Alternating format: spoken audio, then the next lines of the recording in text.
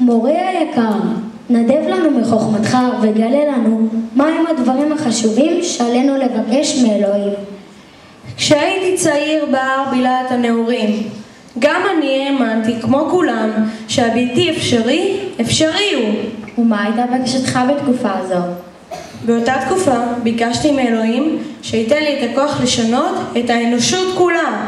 האם משאלתך התגשמה? עד מהרה נוכחתי כי משימה זו גדולה ממידותיי. שינית את משאלתך? התחלתי לבקש מאלוהים שייתן לי את הכוח לשנות את הדברים שסביבי. וכך בוודאי הצלחת. הרי דוגמה ומופת אתה לרבים. ובכן, כן, הצלחתי להשפיע במשהו על הסובבים אותי, ובכל זאת ידעתי כי אין זו התפילה המושלמת. אם כך, מהי אותה משאלה מושלמת?